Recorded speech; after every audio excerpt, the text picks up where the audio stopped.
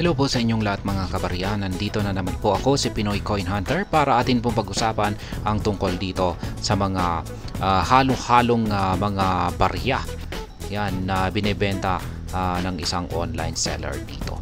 Kaya yan, nakikita po natin dito na ayan po, may mga foreign coin po rito.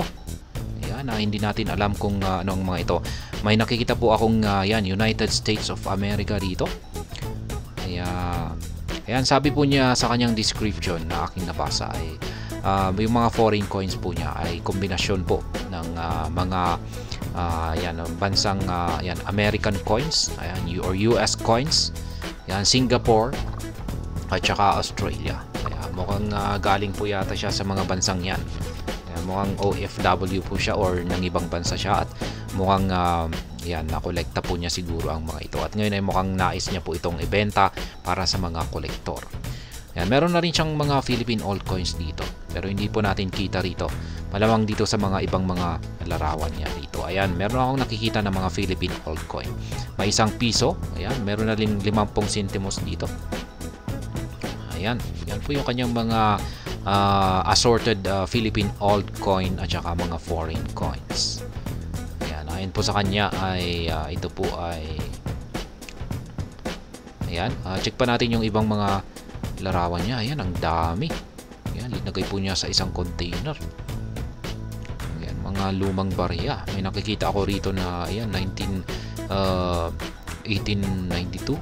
Ayan, taong kaaraw. Ayan, parang commemorative coin po yata ito. Commemorative coin po ito ni hindi ko mabasa, pero parang ₱2 yata ito na commemorative coin. Ayan, halos parang ayan, yung mga kalagayan nito ay parang ayan, parang nangangalawang na po or nagkakarbon na siya. Ayan, tinago po niya sa isang malaking container. Sa tingin ko ay hindi po kasi magandang lalagyan yung mga plastic. Mas mabilis pong pag tinago po natin yan sa matagal na panahon ay mas madaling kalawangin or yung magiging ganito yung magkukulay green.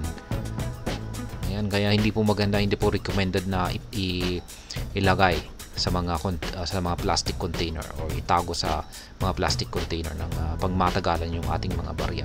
Magiging ganyan po, masisira. Mas maganda na ilagay po natin sa mga bote. Ayan, sa mga bote. Ayan po ang the best na lagayan.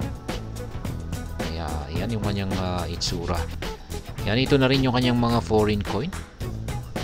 Ayan, mga 10 euro. Yan, 10 cent euro. Ayan po. Yan, meron na rin po siyang kinakalawang dito. Dapat yung mga ganito ay i-separate po natin yan. Kung meron pong nagiging ganito yung kanyang kalagayan, ay separate po natin yan kasi nakakahawa po yan. Kapag ganyan ay mahahawa po yung ibang mga barya rito. Ayan, at masisira na rin na katulad nito. Kaya separate po natin yung magaganda yung kanilang kondisyon at ilagay po natin sa separate na mga lagayan. Kaya ayan. Ayan, ang dami pa. Ayan, ilagay niya sa isang container.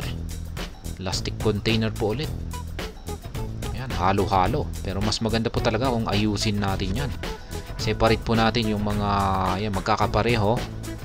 Ayan, kasi yung paghalo-halo ay syempre kung mas mahirap po kasing ibenta ko pag ganito unless na yan, talagang ibebenta na ganito.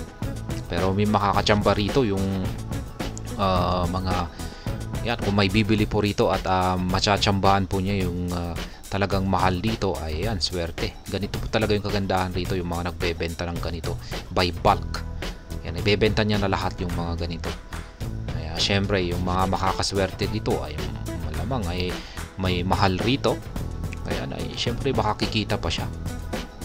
Lalo na yung mga buy and seller dyan.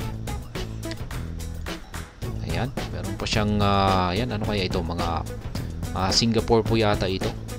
Ayan, $2. Ayan, 1 cent. Ayan, may Canadian dollar pa siya rito.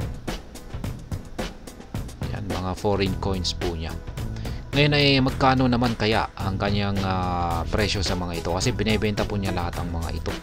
Yan, makukuha natin lahat yan. Kung yan, minsanan kasi binebenta po niya ito, hindi tig-isa. Kahit nais na po niyang i-dispose siguro at sana ay mapunta sa tamang kamay ng isang kolektor. At ngayon ay binebenta po niya ito sa halagang 1,500 pesos lamang. Ayan, parang sulit na po yan. Okay na po yan para sa kanyang presyo na ito. Assorted Philippine old and foreign coins, tag, piso, euro, American, Australian, Singapore dollar. Kaya yan po pala yung kanyang mga foreign coins dito. Kombinasyon po ng euro, American, Australian, at saka Singapore dollar. Yan, meron pong Canada, meron akong nakita na Canada. Pero baka nag-iisa lamang yun. Yan, baka merong mahilig mag-collect dyan, lahatan na po. Yan, lahatan na raw. Kaya ibig sabihin nito ay 1,500 ay makukuha po natin lahat na kanyang mga collection dito. Ayan, ng mga assorted Philippine old coins at mga foreign coins. Kaya yan pong muli ang kanyang mga halo-halong mga barya rito, mga lumang barya at saka mga foreign coins na nais po niyang ibenta. At ito po ay kanyang ibinibenta sa halagang 1,500 pesos lamang. At hanggang dito na lamang po tayo sa video na ito mga kabarya. Sana po ay inyong nagustuhan ang aking paliwanag sa mga baryang ito. Marami pong salamat sa panonood, ingat po tayo lagi at God bless po sa ating lahat.